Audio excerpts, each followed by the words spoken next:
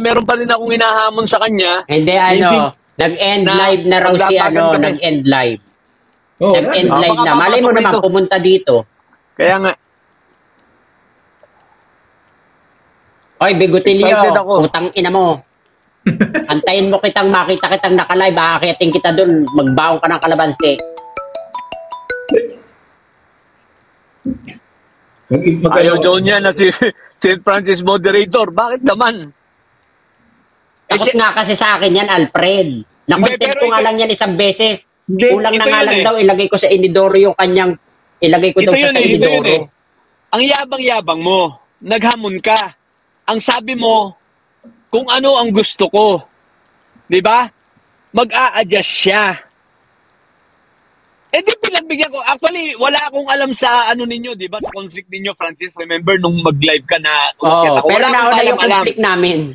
Nauna yun. Wala akong alam doon. Basta ang sa akin lang, sabi ko, baka pwede kang mag-moderator. Di ba? Dahil hindi kaya nga sinabi ko sa iyo, di ba? Kaya nga sinabi ko sa iyo, paano ako magmo-moderate sa inyo? Eh, nakablock ako doon. Oo. Well, being a moderator, hindi naman si Francis hindi naman ako makikialam sa kanila, moderator nga mag-o-oras lang siya. Siya lang yung magko-control. Para maging formal debate. Gagawin natin formal yung debate.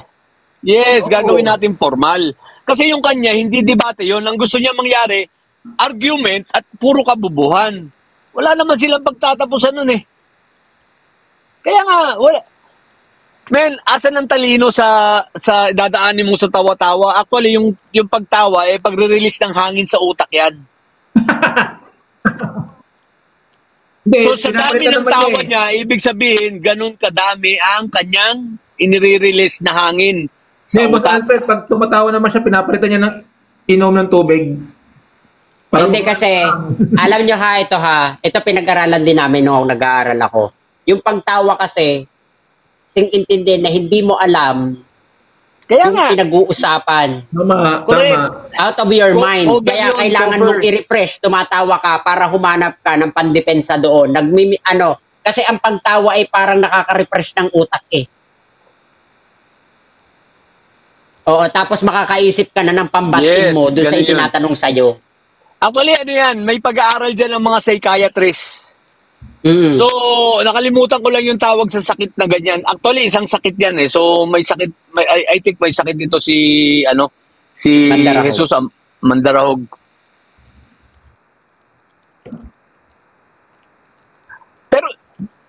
Pero guys, no? Hindi nyo napansin si Mandarahog? Kasi sabi ko nga nung lagi kong sinasabi sa mga kaibigan ko, sa mga kilala ko, na kung ikaw ay hindi ka nakakagandahan lalaki, hindi ka nakakagandahan babae, masama pa ang ugali mo, ano na lang ang pwede mong ipresenta para sa iyo, di ba? Kung pangit ka na nga, tapos ganyan pa ugali mo, Diyos ko po, Rudy, tingnan mo si Mandarahog. Ano ba kagwapuhan o kagandahan meron ng taong ito? Hindi straight ang katawan. Pag umihi, hindi nga makapagpalinis ng ngipin. Kaya nga, pag umihi, hindi nakita yung kanyang ari. Di ba? Ang paa, hindi pantay. Ang muka, Diyos ko, tsaka mukhang ang baho, tapos ganyan pa ang ugali mo. Di ba? Hindi naman tayo nanlalait.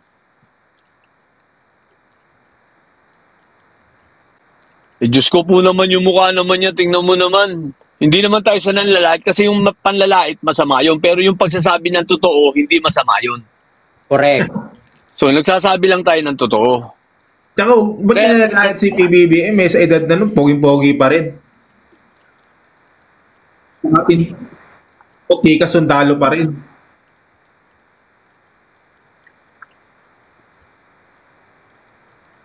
Hindi, feeling ko lang ito lang yung napipredict ko dito kay Mandarahog. Hindi siya umakyat at alam niya talagang nasa high blood. Hindi niya talaga. Tsaka papatunayan ko pati na bobo talaga siya. Basta do tayo, bobo sila. Kaya initay ko, umakyat na siya. Gusto kong patunayan para makita natin yung sinasabi niyang talino. Ay, yatay. Tingnan natin ngayon. Hindi, high blood yun. Tingin ko naman kasi mataas ang maraming maintenance yan eh. Tingnan mo na lang nung kinontent niya nga ako about doon sa sinasabi niya na binabaliktad niya yung na ako pa daw yung ng black, ako pa daw yung nag-iiyak. Tingin ko na, yung pag the way na magsasalita talaga siya, para siyang merong parang mataas ang kanyang sugar, mataas sa lahat sa kanya. Malaki lang ang bunga nga nila mo utakin. Tama, Mandarahog, kung ikaw man ay nakikinig, magbakla ka na lang, masarap kang sumubo. Ang laki ng bibig mo. Kasya 4 dun eh. Yung mga Nigerian, no? Ano tawag sa'yo, Sir Alfred? Canadian bacon? Well, I'm proud of that. Ano Tawag nga sa akin, Bayot eh. Inaano nga si Sir Alfred, sabi niya, huwag mong sabihin nasa Canada ka, ganyan. Alam naman, pinagmamalaki to si Sir Alfred na porkit nasa Canada siya. Tsaka daw, mag-ingat ka daw dyan. Magtanong-tanong ka daw dyan, kilala na daw siya dyan. Maglingon-lingon ka raw sa likod-likod mo. Diyos ko, hindi nga niya maibigay yung address niya. Ako, handa akong ibigay ang address ko rito sa Canada. Address ko dyan sa Pilipinas. Yun nga lang kung pupuntahan Ibablog ko pa, ipopost ko pa rito. Tingnan natin. Hindi nga niya maibigay eh. Dapat noon, dapat na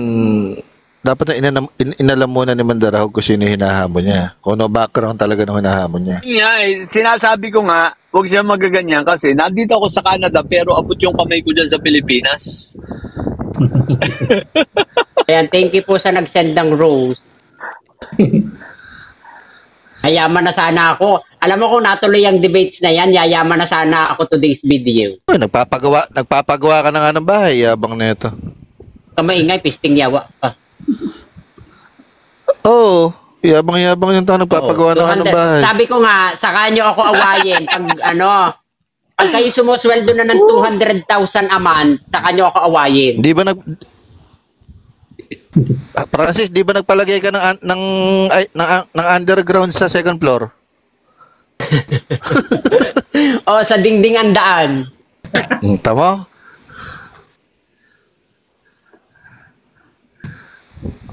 Nag-show na ako ng mukha ko pa kasi, ano ba? Francis, ano daw yan eh? Katas daw ng daw yan. Nakapark ako. Bayaran ka daw kasi. Kaya Ikaw ba, Sir Alfred, nakasweldo ka na ba? Ha? Nakasweldo ka na dyan? Sabi ko, sweldo namin bi-weekly, hindi kami sumusunod sa Ngayon, nagsweldo siguro ako kasi nakabili ako ng bagong iPhone 15 Pro kahapon eh. Di nga pala kayo sumusunod dyan. Wala kayong kisenas katapusan dyan. Ako naman, Sir Alfred, sumahod na ako nung akin ng 100,000, hindi ko pa nauubos. Sasahod na uli ako sa katapusan.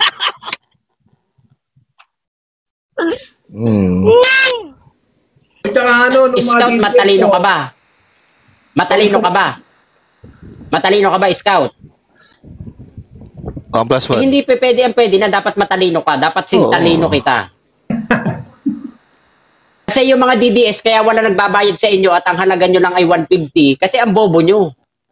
Walang politikong babayad ng malaki sa mga kabubuhan nyo. Ikaw ba, bibili ka ba ng tabo na butas? Siyempre, hindi.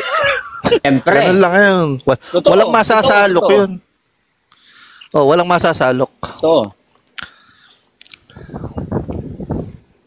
Kaya, sa sobrang laki ng sahod ko, sendan nyo naman ako ng gift ng mga putang ina ninyo. Sinasabi ko sa iyo eh. Naubos na sa pagpapagawa. Bakit ba hindi pa pwedeng maubos? Kabaga si Mandarahog. Kumita na ako dito sa TikTok kasi may nakita ako doon tiningnan ko yung monetize. May monetize hindi ko alam pero meron na akong 80 pesos. Hindi ko alam saan ang galing yun. Dami na nun. Hoy, ang bulok mo, mahina ka. Yung akin nga yung nakita ko yung sa account ko na bago na ito. Oy, naka $486. Talaga ba? Hindi sa akin 80 pesos ha. Point something dollars. Point lang. Oy, sa akin ay $485 dollars. Wow, paano nangyari yun? Paano ginawa? Paano mo ginawa yung mga nakukuha kong gift? Nagkikembot. Nagkikembot ka lang ito na siya ngayon. Ayan na siya, laptop na siya ngayon. $485 ko, laptop na siya ngayon. Alam niyo ba kung ano ginawa ni Keiko? Nagto-twerk dyan yun, si Kiko. Nag-online salsal ako. Pag ganyan, magla-live na rin lagi ako. Online salsal?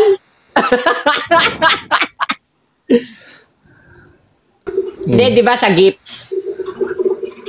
Ay, gifts yun. Hindi ka Nagulat lang ako, may 80 pesos ako. 80 pesos, hindi dollars. 80 pesos. hindi ka nagpapakita scout eh.